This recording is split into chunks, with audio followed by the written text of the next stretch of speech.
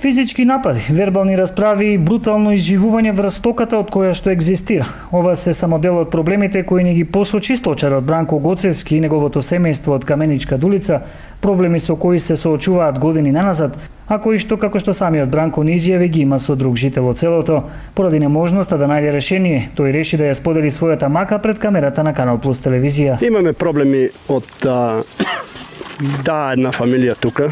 Ако треба и по име ќе ги кажам. Вика се Димчо Гоцевски со неговите деца. Ние тепа стоката. Колку ни се стока заклали, не може да објасниме. Колку ни се утепали, не може да објасниме, па. Колку ни се отровили, па не може да објасниме. Тоа на број не може да го кажеме. Кучишта, ја ги купувам овчарски кучишта, они ги троват. Траат си циркус. Син му заканува се, рече, се ќе уништа тука, нема ништо да остане. Да постои.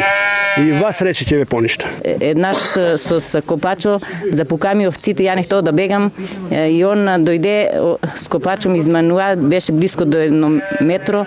Ја се јавих у полицијата, он никак не се трга. Цел ден ме мачеше тој ден. Идеше од оздолека, ние там бееме со војна овчари, јаеше на магарето, спадна и ми се загна со секирата. Ја почнах да бегам на кај неа и почнах да викам. Она уплаши се, падна у несвес. Он удари со секирата, ама уземи, јас преобрнах, не ме погоди. Почна да пцува, да онади, ојде кај војна, вика сад туа крв ќе пија. Но проблеми според изјавите кои ги чувме нема само ова семејство. Паника и страв владеа и кај останати жители на село Дулица. Утепаја ми 3 јариња. Здрави прави џостих, овој ден на работа кој доходи у кошарот, флискаше и нозети. Ништо од них. Нема човек да не се тепари, нема човек да не само се заканили. Мен ме страх тие свет, не мога да накревета тука. Од малата деа околу од селото никој не мога да накревета. Друг освен ниш. Или тоа треба да се преземе некоја скоро мерки, тоа е опасно тоа. Не можеш ти да се пазиш тоа, например ќе замркнеш, да не останеш. Иако многу пати споменатите случаи биле пријавувани до надлежните органи, сепак како што велат жителите, поради неможноста да се најде сведок, често тие пријави завршувале без епилог. Јавувам у полицијата, вика најде свидок. Кој да најде свидок? Ја свидок, ја нема да го пријаѓам.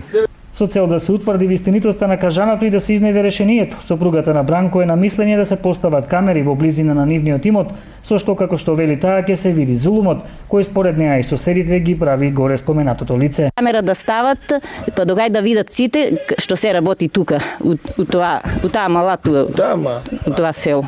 Инаку Бранко Гоцевски исклучиво живее од сточарство. Тој е татко на 3 деца, моментално живее со својата сопруга и помалиот син, а останатото семејство се наоѓа на привремена работа во Италија.